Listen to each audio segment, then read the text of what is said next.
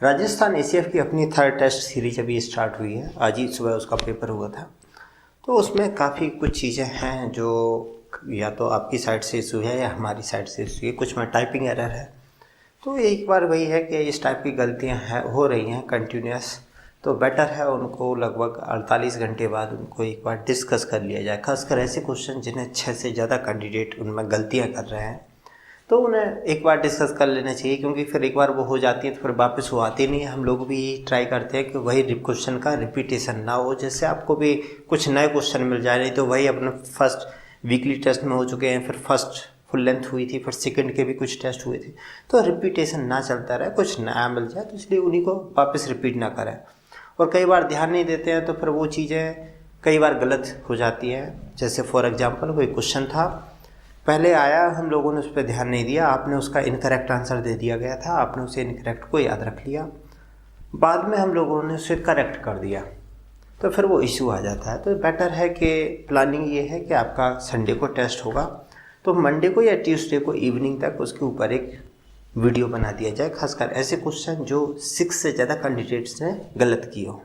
तो यहाँ पर भी थोड़ा जल्दी कर रहा है क्योंकि लगा कि स्टार्टिंग में ही है। काफ़ी जो लोग हैं जो देना था वो आज तक दे चुके हैं, और जो अभी नहीं दे रहा है वो थोड़ा उन्हें टाइम लग जाएगा। तो फिर कोई ज़्यादा फ़र्क पड़ने वाला नहीं है।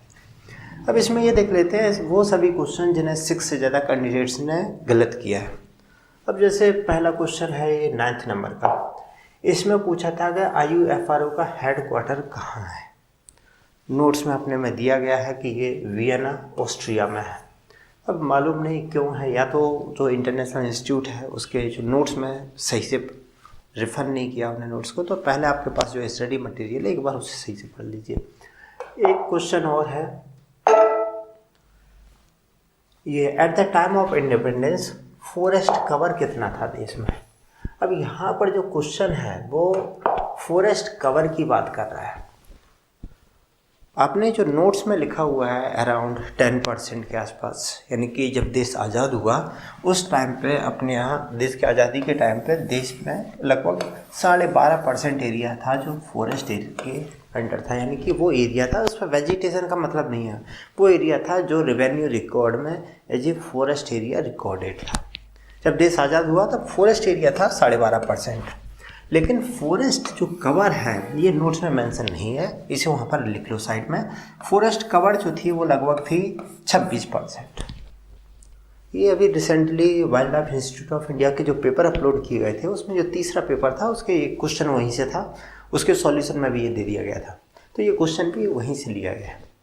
तो इसमें ये फॉरेस्ट कवर पूछा था, तो अपना जो नियर प्रॉक्सिमिटी में है वो 30% आएगा। अगर आपसे फॉरेस्ट एरिया पूछा जाता तब फिर हम कहीं 10% लगाते हैं, कवर में उसकी इतनी रिक्वायरमेंट नहीं है। नेक्स्ट क्वेश्चन है, forest school at Dehradun was stabilized during. इस क्वेश्चन में हमारी साइड से गलती हुई थी कि यहाँ 1878 की जगह 1978 टाइप हो गया था। तो ठीक है, गलती बाद में समझ में आई, उसे करेक्ट कर दिया गया है। तो इसका आंसर आपको पता ही है 1878। लेकिन यहाँ एक बात ध्यान रखें, हालांकि आप में से बहुत सारे लोगों ने इसे यही सोचा कि 1978 है, गलत है, तो नियर प्रॉक्सिमिटी में 1902 है, इसे लगा दिया, सही था उनका आंसर। अगर आपको एक्चुअल एग्जाम में अगर इसी टाइप का मिल जाए कि यहाँ 1878 की जगह आपको वहाँ 1978 लिखा हो, तो आपको इसका आंसर 1902 ही लगाना है। आप ये नहीं सोचेंगे कि ये टाइपिंग एरर होगा इसलिए हम उसे लगा देते हैं।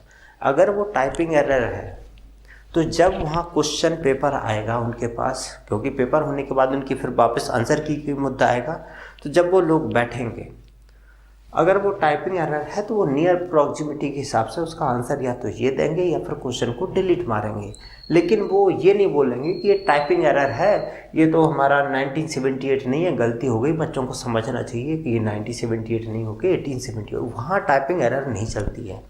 टाइपिंग एरर केवल चलती है एकेडमिक्स लेवल पे, जहाँ पर हमने बोल दिया नहीं इसका ये होता है, ये तो गलती हो गई हमारी। अब यहाँ चलो ठीक है कंसीडर कर लेते हो, लेकिन ये एक्चुअल में आदतें जब डल जाती है ना कि हाँ ये टाइपिंग एरर, ये आदतें एग्जामिनेशन में स्टूडेंट को बहुत लॉस पहुँचाती है। क्योंकि उन्हें जो लिखा होता है वो ये लगने लगता है कि टाइपिंग एरर, वहाँ पर भले ही टाइपिंग एरर हो, आप उसे यही मान के चलेंगे कि एग्जामिनर एक्चुअली में यही लिखा है उसने, वो आपको घुमा रहा है।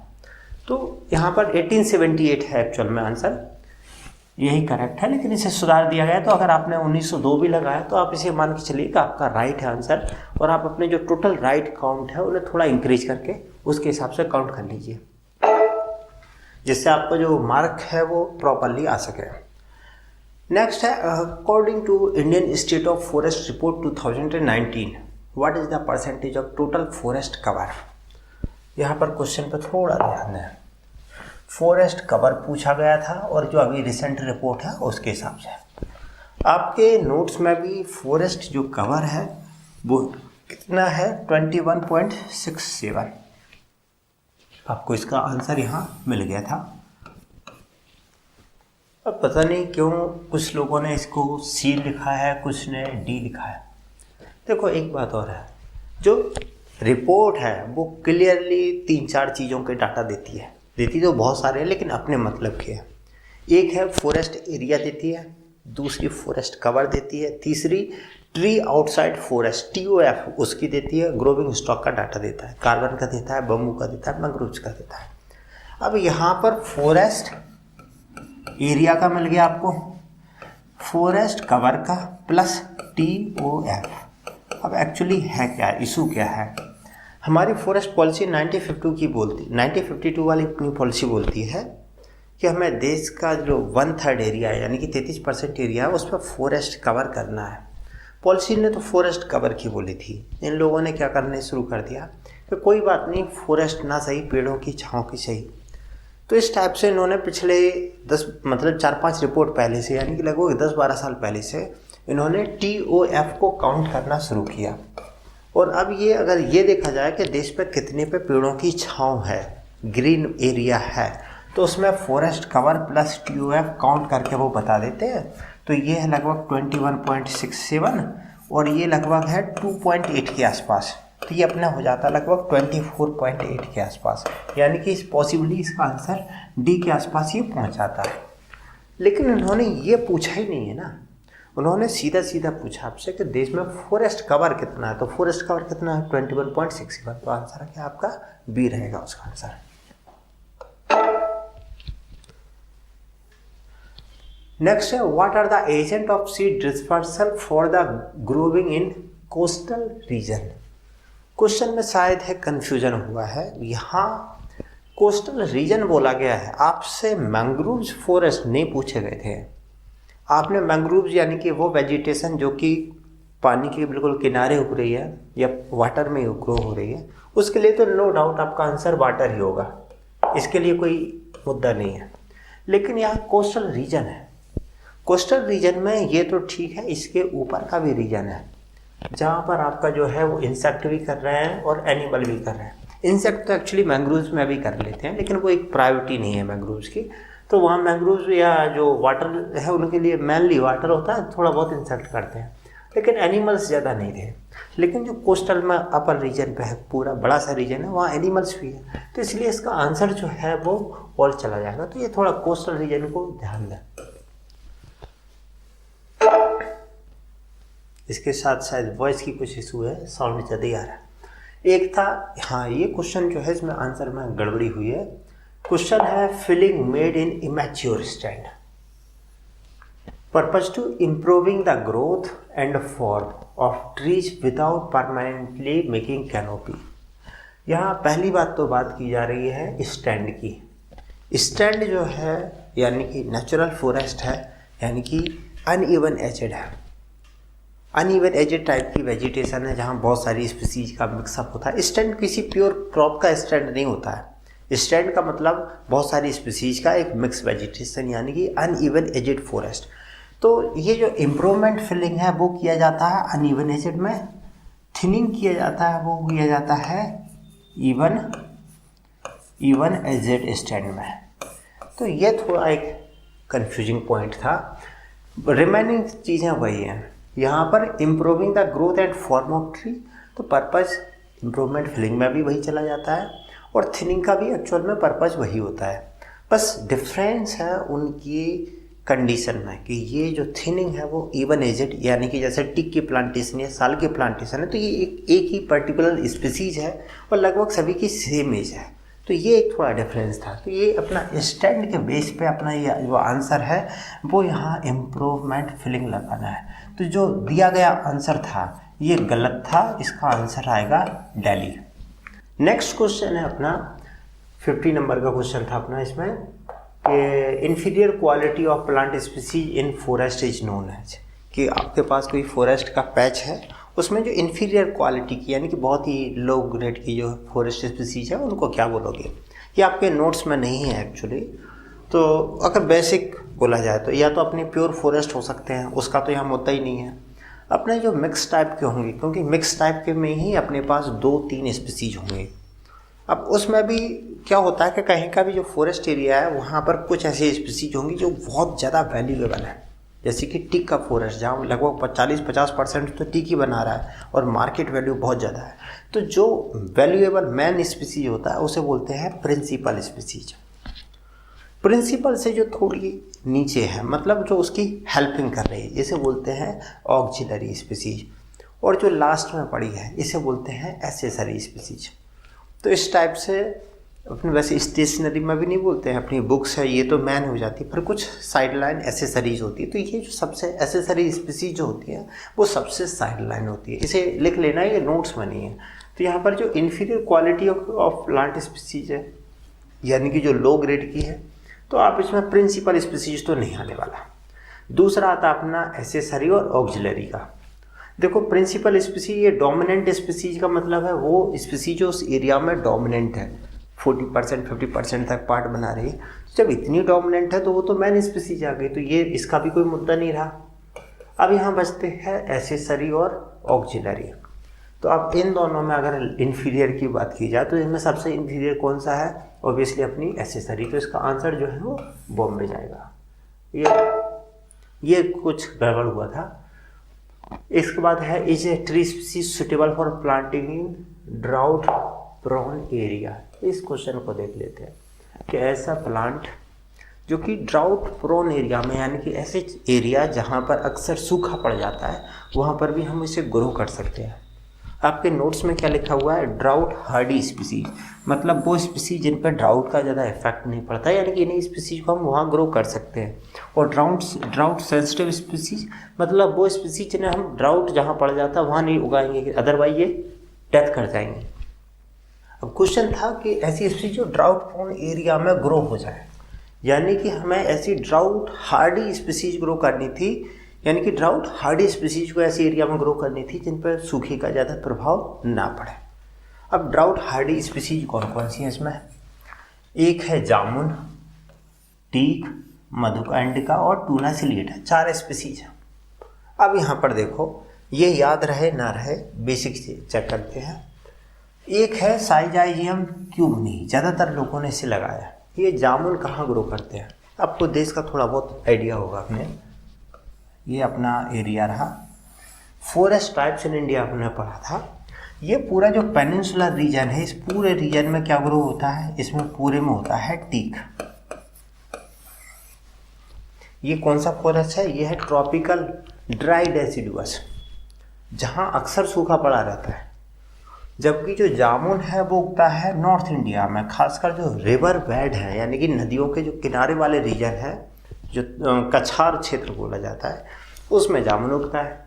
तो जामुन का तो ऑप्शन ही नहीं है, क्योंकि वो तो ऐसे एरिया में ग्रो कर रहा है जहाँ पानी बहुत ज़्यादा है, तो जामुन हो ही नहीं सकता। कदम का पेड़ है, वो भी नदी के किनारे उगता है, वो भी नहीं हो सकता। अर्जुन है, टर्मिनेलिया अर्जुना, वो नहीं उग सकता क्योंकि अर्जुन तो पानी में ही उगता है।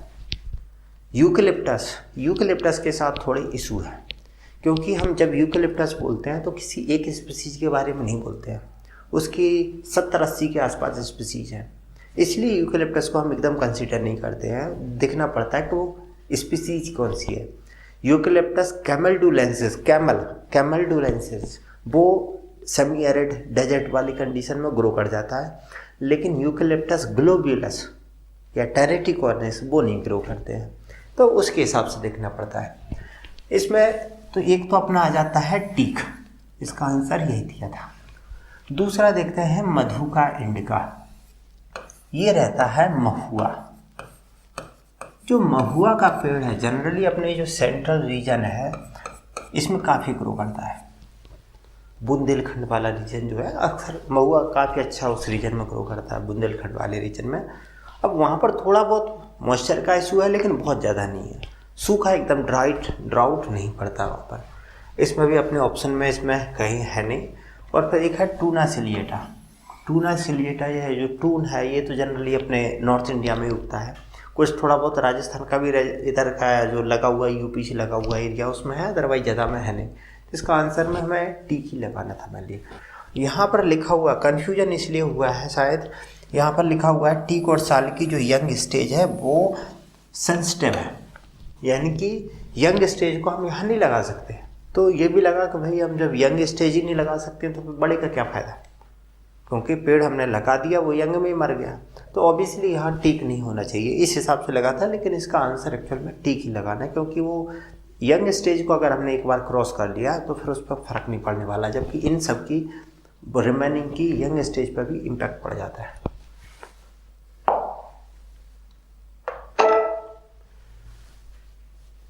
नेक्स्ट है the tree from which the vegetative propagation are taken is called. ये शायद है वेजिटेटिव प्रोपोगेशन में हम लोगों ने डिस्कस ना किया हो, अदरवाइज ट्री इम्प्रूवमेंट में किया है। ये शायद गलत क्वेश्चन आ गया, वहाँ से जंप कर गया होगा। जो मैन पेड़ होता है जिससे अपन कुछ कटिंग वगैरह निकाल लेते हैं, तो जो मैन पेड़ है ओरिजिनल है, जिसे बोलते हैं ओरिजिनल से ये टर्म आता है ऑर्टेड, और इससे हमने कटिंग निकाली, कटिंग लगा दी और ये कटिंग लीव्स आ गए। तो ये है उसकी एक रेप्लिका है, कॉपी है, इसलिए इसे बोलते हैं रेमेट और इसे बोलते हैं ऑर्टेड। बस यही पूछा था इसने कि वो ट्री जिससे हम कोई वेजिटेटिव प्रोपोगेल्स निकालते हैं उस ट्री को क्या बोलते हैं, तो अपना आंसर था ऑर्टेड। नेक्स्ट है tree species suitable for reforestation of Sandy soil. Sandy soil मतलब कहाँ है? सैंडी सॉइल आपको एक मिलेगी नदियों के जो किनारे वाले रीजन है, रिवर बेड्स में। दूसरा मिलेगी आपको कोस्टल रीजन में, समुद्र के किनारे वाले रीजन। और तीसरा मिलेगी आपको डेजर्ट, राजस्थान वाला। अब यहाँ पर जब इन्होंने सैंडी सॉइल बोला तो इन्होंने आपको कुछ नहीं कंसीडर किया कि कहाँ की सैंडी सॉइल की बात की जा रही है। रिवर्स की जो बेड वाली जो सैंड है वो बहुत ज़्यादा होती नहीं है, वो तो जस्ट थोड़ी बहुत सैंड मान लो, कोई बड़ा पैच होता नहीं है उसका, तो उसे लगभग निग्लिजिबल मान लेते हैं या उसे मानते ही नहीं है। अब दूसरा जो सैंड बचा वो है कोस्टल रीजन का और राजस्थान के थार डेजर्ट का। अब राजस्थान के जो डेजर्ट वाला एरिया, वहाँ की इस हिसाब से कोई स्पीसीज है कि अपने पास कैजुराइना है, ये ग्रो करता है अपना कोस्टल रीजन में, कोस्टल रीजन की सैंडी सॉइल में। तो कोस्टल एफोरेस्टेशन में, कोस्टल रीजन के एफोरेस्टेशन में सबसे ज़्यादा कैजुराइना को यूज करते हैं। दूसरा एल्नस लिपेनेलिस, ये कोनिफर्स रीजन में ग्रो करेगा। ल्यूसिना लिकोसिफेला सुबाबुल, ये भी हल्का सेमी एरिड रीजन में तो ग्रो कर जाता है। इसमें यूकेलिप्टस भी हो सकता है, क्योंकि यूकेलिप्टस कैमेल्डुलेंसिस को जो अपने ड्राई एरिया है उनमें लग जाता है। लेकिन यहाँ suitable species for reforestation of Sandy soil इस टाइप का लिखा है सैंडी सॉइल में, तो यहाँ पर ये भी हो सकता है। ये सेमी एरिड में है, रेत में नहीं होगा, सैंडी में नहीं होगा, सेमी एरिड का है, तो इसका तो ज़्यादा कोई खास मतलब निकलता नहीं है। अब अपने पास बचता है एक ये। अब मुद्दा ये है कि जब आपको सीधा सीधा एक ऑप्शन दे रखा तो फिर इतना हौज पौज में जीने की ज़रूरत नहीं है। यहाँ पर तो हो भी सकता है, नहीं भी हो सकता, जबकि ये तो कन्फर्म है ना अपना कि जो कैजुराइना है वो कोस्टल रीजन के एफोरेस्टेशन में यूज करते हैं और वो सेमी जो सैंडी वाला रीजन है उसके में। कई बार ऐसे क्वेश्चन आए हैं कि कैजुराइना को हम कोस्टल रीजन या सैंडी सॉइल के एफोरेस्टेशन में यूज करते हैं। ये सीधे सीधे क्वेश्चन मिल जाएंगे आपको इसके। एक क्वेश्चन है line joining the area of same wind speed are called. ये शायद है आप लोगों ने जियोग्राफी में पढ़ा होगा कि जो हम मैप बनाते हैं, जैसे आपने अर्थक्वेक का मैप बनाया होगा, वैसे हम अगर रेनफॉल का मैप बनाएं, पूरे देश में रेनफॉल कितनी हो रही, तो रेनफॉल को कैसे मापते हैं? मीटर में, हाइट में। कि ये देश का नक्शा है, बोला यहाँ पर हो रही सपोज 10 मीटर, यहाँ पर हो रही 15 मीटर, राजस्थान में हो रही 1 मीटर, रेनफॉल। तो मीटर में दिख रहा है ना, तो आप अगर इसका ग्राफ बनाओगे 1 मीटर वालों का ये मैप बना दिया, 2 मीटर की ये लाइन ड्रॉ कर दी, 3 मीटर की ये, 4 मीटर की ये, तो ये क्या है हाइट, मीटर मतलब हाइट। तो ये आइसो हाइट होता है रेनफॉल के लिए। लाइन मतलब मैप जो हम इक्वल रेनफॉल वाले पॉइंट हैं उनके लिए जो लाइन ड्रॉ करते हैं वो होती है आइसो हाइट। आइसो बार मतलब प्रेशर, जो एटमॉस्फेरिक प्रेशर के हिसाब से जो समान एरिया होंगे, समान प्रेशर वाले एरिया, उनको जब करते हैं तो उसे बोलते हैं आइसोबार। अक्सर हम लोगों ने जो अपने साइक्लोन आते हैं उन्हें इसी टाइप से आइसोबार में बनाते हैं, गोल गोल गोल करके। तो उसमें लिखा होगा कि जैसे साइक्लोन है उसके सेंटर पे कम प्रेशर होगा, जैसे 980 है, यहाँ पर 1000 है, यहाँ पर 1020 है, और भी कुछ होगा उस पर, यहाँ 1040 है। इस टाइप के अपन आइसोबार वगैरह साइक्लोन में बनाते हैं। तो आइसोबार होगा प्रेशर के लिए। आइसोटैक होता है विंड स्पीड की। वो एरिया जिनमें समान विंड स्पीड है उनके लिए हम आइसोटैक करते हैं। आइसोथर्म मतलब टेम्परेचर वालों के लिए। तो इसका आंसर आएगा अपना आइसोटैक। ये अपने सब्जेक्ट से थोड़ा कम रिलेटेड था, लेकिन देख लेना क्लाइमेटिक फैक्टर में आ जाता है, अदरवाइज उसमें शायद दे दिया गया होगा, नहीं होगा तो क्लाइमेटिक फैक्टर वाले नोट्स में एक टेबल दे रखी है पीछे, वहाँ पर ये पॉइंट लिख लेना सीधा। Ordinary thinning is also known as. इस क्वेश्चन में केवल एक गलती हुई थी, यहाँ पर जो बिलो है, ये बिलो की जगह वहाँ पर लिखा था बी लो, यहाँ ई गायब था, थोड़ा टाइपिंग एरर था। तो अब उसके हिसाब से ऐसा हो सकता है कि आप में से किसी ने कि भाई ये बिलो नहीं है, बी लो है, ये पढ़ाई नहीं है, क्या है, तो उस हिसाब से कुछ अलग आंसर दे दिया हो शायद। तो इसलिए कुछ लोगों की गलतियाँ हो सकती है इसमें, क्योंकि ये गलतियों में ज़्यादा था। शायद 7 या 8 लोगों ने से गलत किया। तो उसके हिसाब से जो पहले दोनों ही हैं, ऑर्डिनरी थिनिंग मतलब जर्मन थिनिंग या बिलो थिनिंग, तो इसका आंसर आ जाता है अपना डी। एक है सिल्विक्स इज डिफाइंड, काफ़ी अच्छा क्वेश्चन है। सिल्विक्स को कैसे डिफाइन करते हैं? Silvics is defined. आप इस चीज़ को ध्यान रखो, इस टाइप के गेम बहुत होते हैं। अक्सर कई बार क्वेश्चन में आपकी 100 क्वेश्चन है तो उनमें से 2-3 क्वेश्चन में ऐसे गेम मिल जाते हैं। सिल्विक्स की आपको डेफिनेशन क्या दी गई है आपके नोट्स में? Silvics is the life history and general characters. कोई पेड़ है वो कैसा दिखने में है, अभी जैसे मैं आपकी स्टडी कर रहा हूँ, एक कोई पर्सन ले लेता हूँ, मैं उसे अभी देखता हूँ और ये देखता हूँ कि वो साल भर में कैसे बिहेवियर करता है, सर्दियों में कैसे बिहेवियर करेगा, गर्मियों में कैसे। और वो केवल मैं आज ही नहीं कर रहा हूँ, आज से अगले जब से वो पैदा हुआ तब से लेके जब तक उसकी डेथ नहीं हो जाती तब तक मैं हर साल उसकी पूरी ज़िंदगी की स्टडी करता हूँ। ये स्टडी जो है ये है सिल्विक्स। अगर हम ये स्टडी पेड़ों की कर रहे हैं कि आज मैंने सीड लगा दिया और जो पेड़ होगा उसकी साल भर की फिनोलॉजी जो है उसकी स्टडी कर रहा है, साल भर का बिहेवियर स्टडी कर रहा है, और वो भी आज से लेकर उसके लास्ट तक की। ये है सिल्विक्स। तो सिल्विक्स में मतलब लाइफ हिस्ट्री और जनरल कैरेक्टर दोनों पॉइंट होना ज़रूरी है। अब यहाँ क्वेश्चन में क्या है, इसी को तोड़ दिया। Study of life history of plant with reference to particular environment.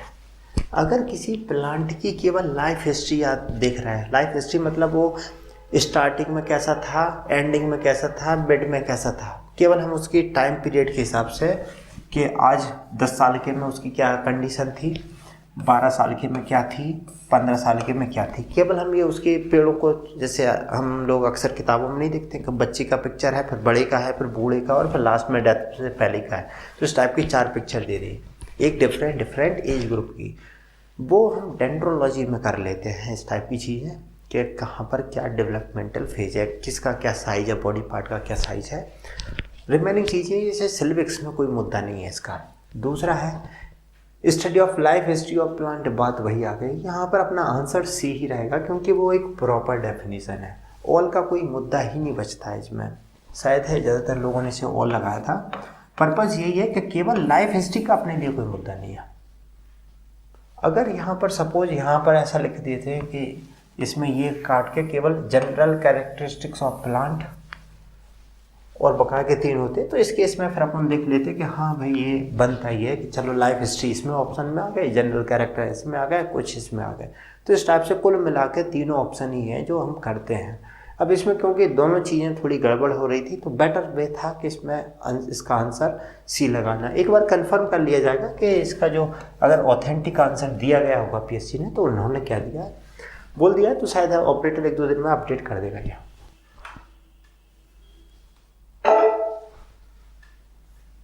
Next है chemical formula use for control woody, यानी कि आप ऐसा कौन सा केमिकल यूज करते हो जिससे जो बड़े पेड़ हैं उन पे छिड़क दो और वो बड़े पेड़ लगे लगे सूख जाए। तो कई जगह ऐसे पेड़ होते हैं तो बड़े हो जाते हैं और हमें उन्हें सुखाना पड़ता है, तो आप उन पे जैसे छोटे छोटे वीड होते हैं उन पे अपन वीडीसाइड करते हैं। जो बड़े पेड़ होते हैं उन पे कुछ केमिकल छिड़कते हैं, उसे बोलते हैं अर्बोरिसाइड। अर्बोरी या अर्बोरिकल्चर, अर्बोरियल, अर्बोरियल का मतलब होता है अर्ब यानी कि ट्री, तो अर्बोरिसाइड मतलब वो केमिकल जो कि ट्री की डेथ करता है। कुछ ही ओविसाइड, ओवी का मतलब क्या होता है, ओवी मतलब ओवम, ये क्या होता है, एग। तो जो अंडे होते हैं तो ये अंडे को मारने वाले, यानी कि वो केमिकल जो अंडे पे छिड़क दो तो अंडे के अंदर जो भी जो लिविंग थिंग्स है उनकी डेथ हो जाती है, अंडे से न्यू थिंग्स जर्मिनेट नहीं होगी। तो ये ओविसाइड हो गई। ये जैसे हमें मच्छरों की केमिकल जो है, मच्छर वगैरह मॉस्किटोज है उनकी पॉपुलेशन कंट्रोल करना, तो वहाँ पर वगैरह यूज कर लेंगे। एक है अकेरीसाइड, ये थोड़ा लगता है अकेरिया हो सकता है। एक्चुअली अकेरीसाइड जो होता है ये आपने छोटे छोटे कीड़े वगैरह देखे होंगे, अक्सर हमारे जो किचन वगैरह है, बाथरूम में है, जो थोड़े मॉइस्ट वगैरह एरिया रहते हैं वहाँ पर ये हो जाते हैं। तो इनको जो हम डेथ करते हैं, जो केमिकल आता है वो होता है अकेरीसाइड। तो ये लिविंग थिंग्स होते हैं, ट्री नहीं होते हैं। और हर्बिसाइड तो जानते हो, हर्ब मतलब लिविंग जो प्लांट है उनको डेथ करने वाले छोटे छोटे रासेस हैं। नेक्स्ट है the emission from the earth surface is often called. Earth surface से जो इमिशन होता है उसे हम क्या बोलते हैं। अभी तक हम लोग पढ़ते आए हैं कि सन से जो आती है उसे बोलते हैं हम शॉर्ट वेव रेडिएशन, और अर्थ से जो निकलती है वो है लॉन्ग वेव रेडिएशन। कई बार क्वेश्चन पूछा जा चुका है कि अर्थ से जो रेडिएशन निकलती है वो क्या है, और उसका आंसर रहता है लॉन्ग वेव्स रेडिएशन। कोई इस टाइप की बकैती नहीं काटता है, बट ये क्या है कि बीएचयू वालों ने क्या सोच करके क्वेश्चन बना दिया पता नहीं। तो अब भाई क्वेश्चन दे दिया है तो क्या कर सकते हैं। तो यहाँ पर देखो शॉर्ट वेव का तो अपना कोई फंडा बनता ही नहीं है, विजिबल का कोई मुद्दा ही नहीं है। अदरवाइज अर्थ से विजिबल स्पेक्ट्रम निकलता है तो मस्त दिन में सूरज की लाइट से देखते हैं, रात में अर्थ चमक रही होती है तो नीचे से भी लाइट आती है, तो कोई दिक्कत ही नहीं थी। तो विजिबल स्पेक्ट्रम का और शॉर्ट वेव रेडिएशन का तो कोई मुद्दा है ही नहीं। अब बचता है इंफ्रारेड और अल्ट्रावायलेट। आप खुद ही सोचिए, ओजोन क्या एब्जॉर्ब करती है, जब सन ऊपर से आता है तो वो अल्ट्रावायलेट रेडिएशन है उसे एब्जॉर्ब कर लेती है। अगर अर्थ भी अल्ट्रावायलेट निकालने लगती तो फिर हम लोगों को सभी को कैंसर हो चुका होता है। तो यहाँ पर अपन को इंफ्रारेड लगा देना था। फिर भी एक बार इसे और देख लेते हैं, इसका जो फ्रेमवर्क है रेडिएशन का, ये रहा अपना। यहाँ पर फ्रेमवर्क के हिसाब से देख लो कि ये रहा अपना विजिबल स्पेक्ट्रम, इधर है अल्ट्रावायलेट, एक्सरे, गामा रे, इधर होता है अपना अर्थ से क्या निकलता है long wave radiation. Long waves कौन सी है, ये वाले हैं। तो अब अपन को इसमें क्वेश्चन में ये देखना है कि लॉन्ग वेव्स में कौन सा है। अगर इसे याद नहीं है तो ऐसे याद कर लेते हैं, RAMI, Rami, VUX GC, Rami VUX GC होता क्या है, radio, micro, infrared, visible, ultraviolet, x ray, gamma ray, cosmic rays. यहाँ से शुरू हुई है, यहाँ पर ख़त्म हुई। कॉस्मिक रेज आएगी लास्ट में, गामा रेज, इसके बाद आएगी कॉस्मिक रेज। सबसे छोटी जो वेव्स होती है वो है कॉस्मिक वेव्स, उधर से इधर की तरफ बढ़ रहा है। अब यहाँ पर विजिबल के ऊपर जो आती है लार्ज की तरफ अगर देखेंगे तो उसमें फिर अपने ये इंफ्रारेड, माइक्रोवेव्स, रेडियो वेव्स, यही सारी चीज़ें हैं जो लॉन्ग वेव्स हैं। इधर की तो शॉर्ट वेव्स हैं। तो यहाँ पर शॉर्ट वेव्स अपना हट गया, विजुअल स्पेक्ट्रम हट गया, अल्ट्रावायलेट और इंफ्रारेड। तो अल्ट्रावायलेट तो विजिबल से भी छोटा है, तो इसका तो कोई मुद्दा ही नहीं है। तो फिर अपना मजबूरी बस इंफ्रारेड ही लगाना पड़ता है। यानी कि ये क्वेश्चन एक्चुअल में ज़बरदस्ती का क्वेश्चन है। अब किसी ने बना दिया तो बना दिया, उसे कर क्या सकते हैं। ऐसा थोड़ी का पकड़ करके उसे पीट देंगे भाई कैसे बना दिया। एक क्वेश्चन है dormancy due to low temperature is term as. ये क्वेश्चन में आंसर की गलतियां थी। इसका आंसर है कोइंसिडेंस। यहाँ पर डोरमेंसी की बात की जा रही है, यानी कि सीड डोरमेंसी की बात की जा रही है।